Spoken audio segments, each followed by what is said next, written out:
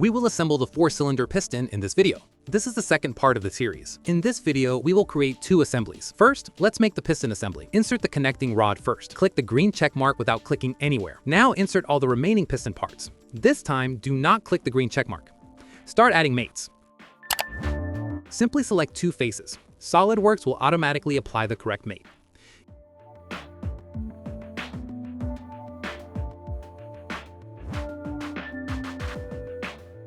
Use Width Mate from the Advanced Mate tab. This centers a part accurately between 2 planes.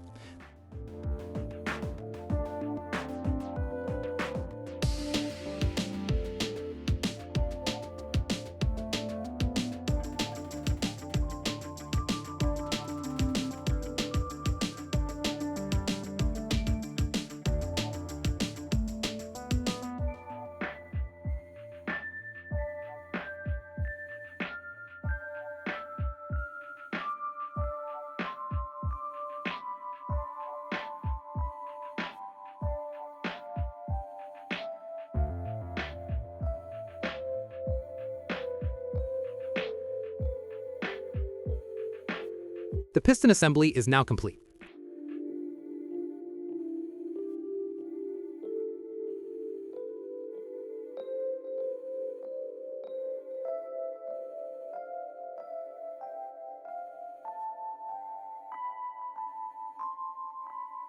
Now let's create the final assembly.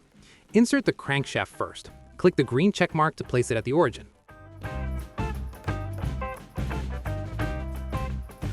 Create a sketch on the front plane and draw 1 construction line. Now float the crankshaft so I can move. Add a concentric mate between the crankshaft and the construction line.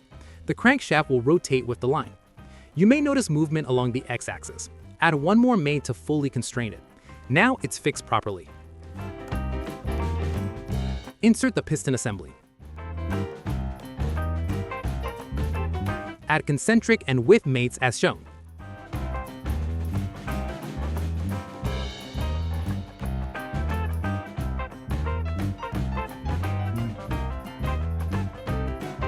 You'll notice the piston moves in the YZ plane. To fix this, select the right plane of the piston head and the front plane of the final assembly, then apply a coincident mate. Now, when you try to rotate the crankshaft, it won't move. This happens because the piston assembly is rigid. Right-click the piston assembly and set it to flexible. Check again. Now it behaves like a real piston mechanism. To add the remaining 3 pistons, use Copy with Mates. Select the piston assembly from the feature tree. Click the right arrow. Select the required faces on the crankshaft. The mates are already selected.